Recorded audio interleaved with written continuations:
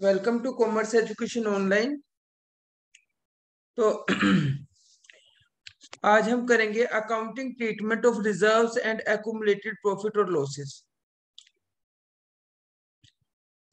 अभी तक हमने जो टॉपिक किए हैं वो टॉपिक है कि सबसे पहले हमने रेशो निकालनी सीखी थी, न्यू रेशो, सैक्रिफाइसिंग रेशो। उसके बाद हमने गुडविल का ट्रीटमेंट सीखा था। अगर वो गुडविल कैश में लेके आता है तब कैसे ट्रीटमेंट करते हैं, कैश में नहीं लेके आता है तब कैसे ट्रीटमेंट करते हैं। दोनों ही सिचुएशन में अगर ओल्ड गुडविल गिवन हो तो उसका कैसे ट्रीटमेंट करते हैं, उसको राइट ऑफ कर देते हैं। उसके बाद नेक्स्ट हमारी प्रॉब्लम अराइज हुई थी कि जब नया पार्टनर बिजनेस में आता है तो एसेट्स और लाइबिलिटी को दोबारा रिवैल्यूएशन करना पड़ता है। रिवैल्यूएशन का मतलब दोबारा उनकी वैल्यू फिक्स करनी पड़ती है, क्योंकि नया पार्टनर जो है वो उसी हिसाब से पैसा देगा कि एक्चुअल में कितनी एसेट्स हैं। कई बार एसेट्स बुक्स में ज्यादा वैल्यू की होती है और एक्चुअल में उनकी वैल्यू डेप्रिशिएट होके कम हो चुकी होती है। और कुछ एसेट ऐसी होती हैं जिनकी वैल्यू कम लिखी होती है लेकिन वो एप्रिशिएशन नेचर की होती है, उनकी वैल्यू एप्रिशिएट होके ज्यादा हो चुकी होती है। तो वो सारा हम डेप्रिशिएशन और एप्रिशिएशन मिला के हम लोग उसमें नेट रिवॉल्यूशन का प्रॉफिट या लॉस निकाल के ओल्ड पार्टनर में डिस्ट्रीब्यूट कर देते हैं। यहां तक का तो हमने टॉपिक कर लिया था। उसके बाद अब नेक्स्ट जो हमारा ट्रीटमेंट है, accounting treatment of reserve and accumulated profit. तो अगर मैं इसकी बात करूं,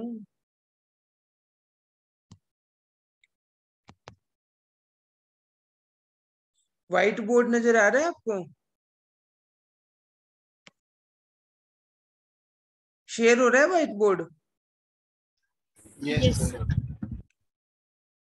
तो देखो, A and B are partner, C नया पार्टनर है। ध्यान से देखना इस सिचुएशन को।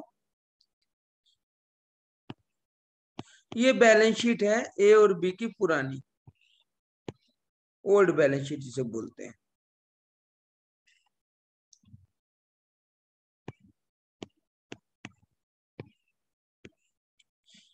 इसकी बैलेंस शीट में ए और बी की कुछ रिजर्व इकट्ठे हुए होते हैं।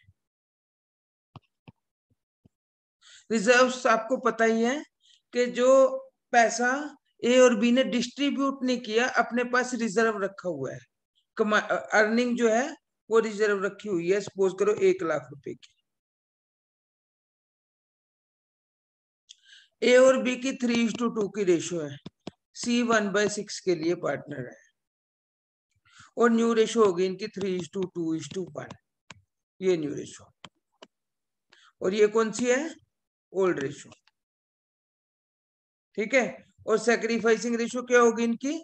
जब ओल्ड और न्यू सेम है तो सैक्रिफाइसिंग रेशियो भी 3:2 ही होगी। ये क्लियर है? तो अब यहाँ प्रॉब्लम क्या अराइज होती है कि जो 1,00,000 रुपए रिजर्व इकट्ठा किया हुआ है ना ए और बी ने, तो क्या ये ए और बी का है या सी का भी होना चाहिए नए पार्टनर का इसमें पैसा? बता सकते हो? सर ए और बी का। ए और बी का। तो अब ए और बी क्या करेंगे, इसके आने से पहले इस पैसे को अपनी ओल्ड रेशियो में बांट लेंगे, क्योंकि ये अनडिस्ट्रीब्यूटेड प्रॉफिट होता है। अगर इसको प्रॉफिट को वो बांट लेते तो किस रेशियो में बांटते? 3:2 में ही बांटते ना। तो इन्होंने रखा हुआ था, अब ये ए और बी ओल्ड रेशियो में इसको बांट लेंगे 3:2 में। अब अगर ये इसको आज की डेट में नहीं बांटते, साल 6 महीने बाद सी कहेगा भाई मेरा भी हिस्सा है इसमें।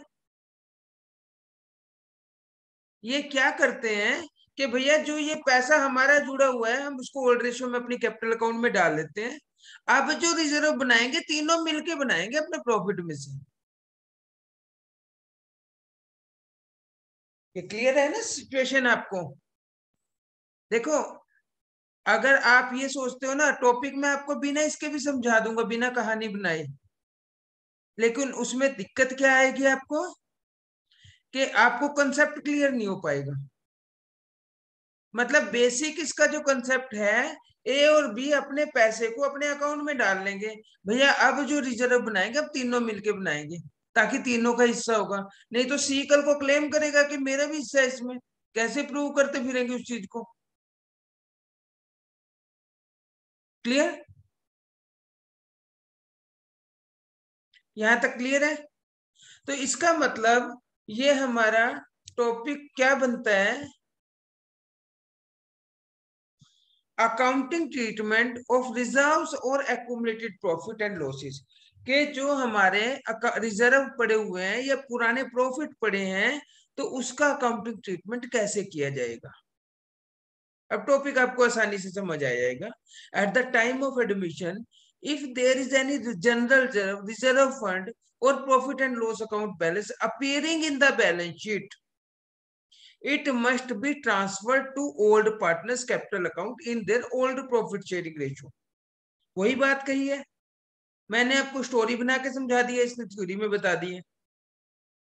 The new partner is not entitled to any share of such reserve or profit।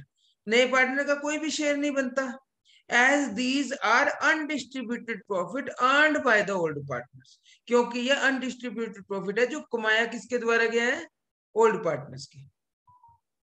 For this purpose, the following journal entries are recorded। कैसे? ये बैलेंस शीट में पड़े हैं। बैलेंस शीट की साइड को क्या बोलते हैं, क्रेडिट साइड, क्रेडिट बैलेंस होते हैं। तो उनको कैंसिल करने के लिए क्या करेंगे, डेबिट। और किस में जाएंगे, पार्टनर्स कैपिटल अकाउंट में क्रेडिट हो जाएंगे। अगर करंट अकाउंट है तो करंट अकाउंट में क्रेडिट हो जाएंगे। नॉर्मली कैपिटल अकाउंट में ही होते हैं क्रेडिट। क्लियर?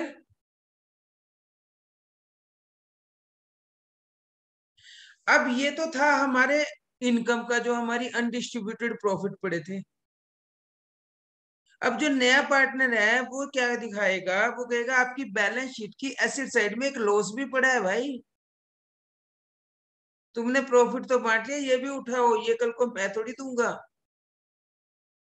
यानी उसको अपने कैपिटल अकाउंट के डेबिट साइड ट्रांसफर करो, क्योंकि ये तो क्रेडिट साइड ट्रांसफर कर दिया आपने कैपिटल अकाउंट के। बाय जनरल जब बाय जब पोस्टिंग करेंगे तो ऐसे ही तो करेंगे, कैपिटल अकाउंट में बाय जनरल जब by reserve fund by capital account में पोस्टिंग करते हैं। पोस्टिंग का तो पता है ना आपको। तो जितने लॉसेस होंगे वो क्या करे, क्या हो सकता है, प्रॉफिट एंड लॉस हो सकता है, एडवर्टाइजमेंट का खर्चा हो सकता है, रेवेन्यू एक्सपेंडिचर हो, डेफर्ड रेवेन्यू एक्सपेंडिचर हो सकता है। उसने कहा उसको कैंसिल करने के लिए अब क्रेडिट किया जाएगा, कैपिटल डेबिट की जाएगी, क्योंकि वो एसिड साइड में पड़ा होगा। सारे लॉसेस एसिड साइड में होते हैं ना। आपको मैं बता दूं, नहीं अगर कंफ्यूजन है, जितने प्रॉफिट एंड लॉस अकाउंट की इनकम अनडिस्ट्रीब्यूटेड प्रॉफिट होते हैं वो क्रेडिट साइड में पड़े होते हैं, उसको कैंसिल करने के लिए डेबिट किया जाएगा। और जितने हमारे अनडिस्ट्रीब्यूटेड लॉसेस होते हैं वो डेबिट साइड में पड़े होते हैं, एसेट साइड में। लॉस का मतलब होता है डेबिट बैलेंस,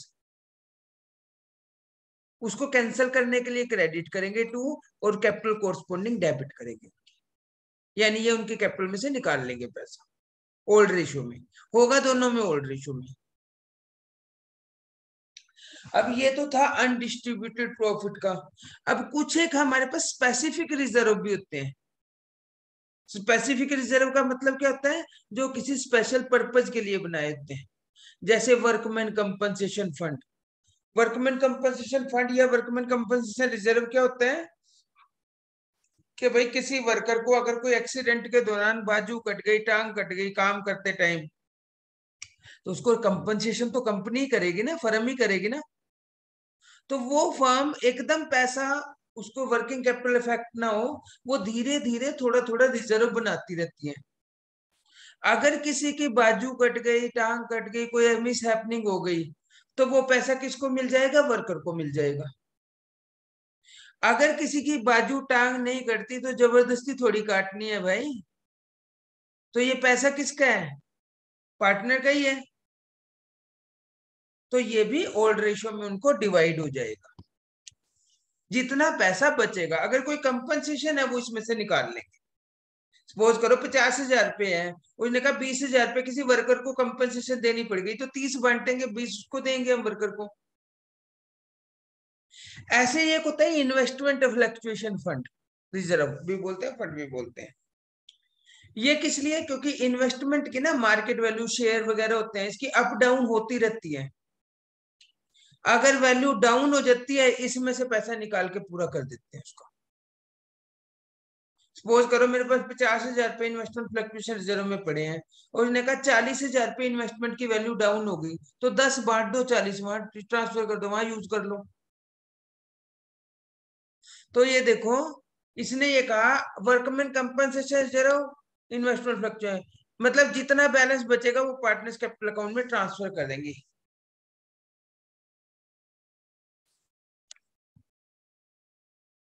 ये समझ आ गया? अब एग्जांपल नंबर 41 देखो। Leela and Mita were partners in a firm sharing profit and losses in the ratio of 5:3.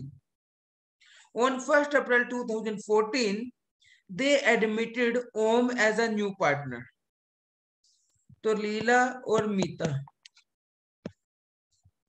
दो पार्टनर है, ओम नया पार्टनर है, रेशियो 5:3 है इनकी, और ओम आया कितने शेयर के लिए अभी कुछ नहीं पता। बैलेंस शीट में क्या कहा हुआ इसने, balance sheet of Leela and Meeta showed 1,60,000 in general reserve, 240 in profit and loss account. दो उसके इनकम पड़ी है, अनडिस्ट्रीब्यूटेड प्रॉफिट पड़े हैं। Record the journal entries for the treatment of these item on admission, on Om's admission. Om के एडमिशन के time वो क्या ट्रीटमेंट करेंगे। न्यू रेशो होगी इनकी 5:3:2, यानी 2/10 के लिए आया होगा वो, तभी 5:3:2 बनी है। ठीक है, तो इस केस में क्या हुआ, बैलेंस शीट में हमारे 1,60,000 रुपए पड़े हैं, उसको खत्म करने के लिए उसको क्या करेंगे, डेबिट करेंगे।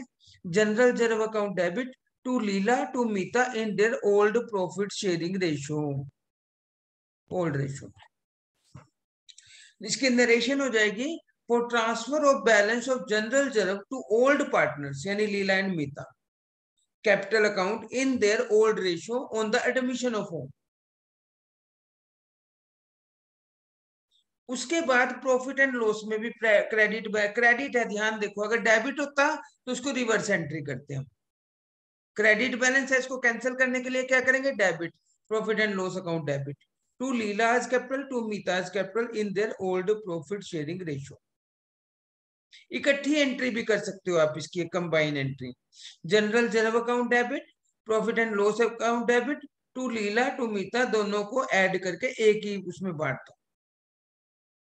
सिंगल एंट्री में भी कर सकते हो उसको। क्लियर है?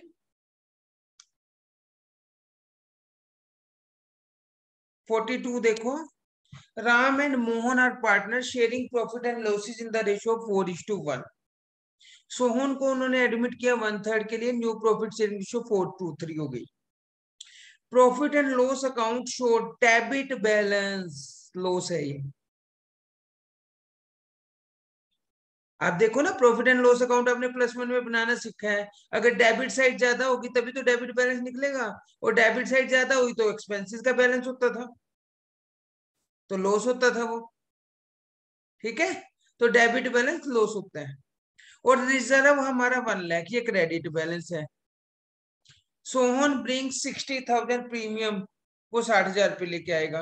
सबसे पहले तो प्रॉफिट एंड लॉस को रिटर्न ऑफ करो, डेबिट पड़ा, इसको कैंसिल करने के लिए credit, Ram's capital Mohan capital in their old profit sharing ratio. फिर reserve account debit to Ram to Mohan, इसको क्रेडिट बैलेंस था, डेबिट करके बांटेंगे, इसको रिटर्न ऑफ करेंगे। उसके बाद बैंक में वो लेके आया bank to premium for goodwill, और premium for goodwill to Ram, यहाँ मोहन भी, क्योंकि यहाँ यह हमने रेशियो देखी है ना, गेन इसका भी गेन निकल गया, ये कोई तो टॉपिक आप कर चुके ना। जब गेन निकल जाता है तो हम उससे भी गुडविल लेते हैं, इससे हमने मोहन से गुडविल ले ली, 60 इसके वाली और 4,000 रुपये मोहन वाली, 64,000 64,000 हमने रैम को क्रेडिट कर दिया।